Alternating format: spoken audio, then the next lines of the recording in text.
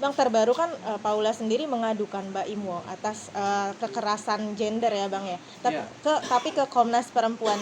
Menurut Abang langkahnya lebih baik ke Komnas Perempuan apa langsung pidana sih Bang?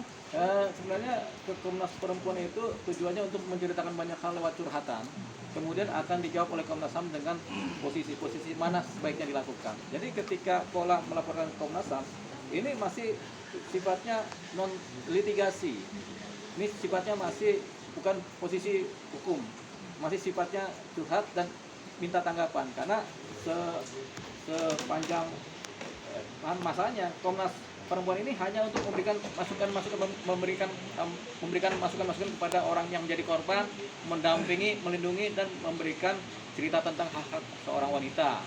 Tapi kemudian kalau jadi ini masalah hukum, pasti Komnas HAM kalau melihat ini memang ada posisi hukum pidananya, dia akan menyarankan supaya seorang Paula melaporkan ke kepolisian. Dalam artian berarti baru konsultasi ya kalau ke Komnas Perempuan istilahnya kayak gitu Bang? Bukan konsultasi juga, konsultasi pertama iya, kemudian ya, memberikan cerita juga iya, kemudian mendapatkan masukan-masukan dari Komnas Perempuan.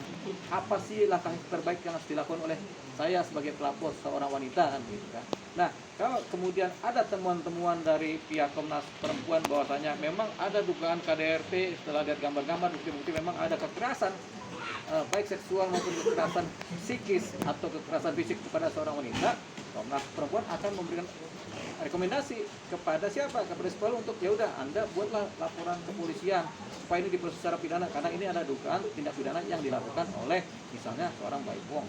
Bang, kan Paula sendiri sudah punya bukti dan dia datang ke Komnas juga bawa bukti Bang. Tapi dia lebih milih ke Komnas. Ada kemungkinan nggak sih kalau Paula sebenarnya masih nggak tega sama Baim kalau mempolisikan mantan suaminya Bang? Kita bisa lihat tendensi-tendensinya seorang Paula dan kelompoknya ya, bukan pengacaranya, bahwasanya mereka lebih kepada jalur yang kalau bahasa umumnya sih jalur curhatan begitu kan, dengan dampaknya adalah paling teguran. Jadi tampaknya mereka masih bijak. Mungkin masih bijak sih seorang Paula ini, karena kalau dia bikin laporan pidana, ini yang kena nanti mantan suaminya, yaitu bapak dari anak-anaknya. Mungkin itu pertimbangannya, jadi Paula tidak melaporkan ranah pidana. Jadi dia paling supaya nanti Baim dipanggil, dia lapor ke Komnas HAM, Komnas Perempuan, nanti Baim dipanggil sama Komnas Perempuan untuk ditegur, diberikan teguran-teguran kan begitu. Ujungnya kan begitu selesainya. Nah, tapi kalau Paula kemudian melaporkan pidana, berarti dia udah siap bapaknya, anak-anaknya akan diproses secara hukum pidana.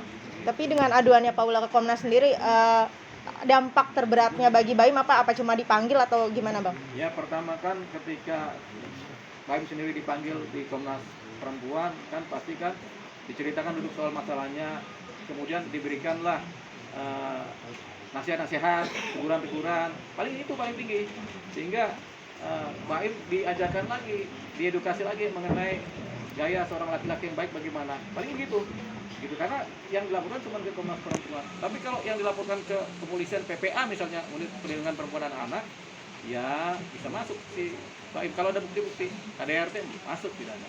Nah, tampaknya seorang Paula belum tega melakukan itu.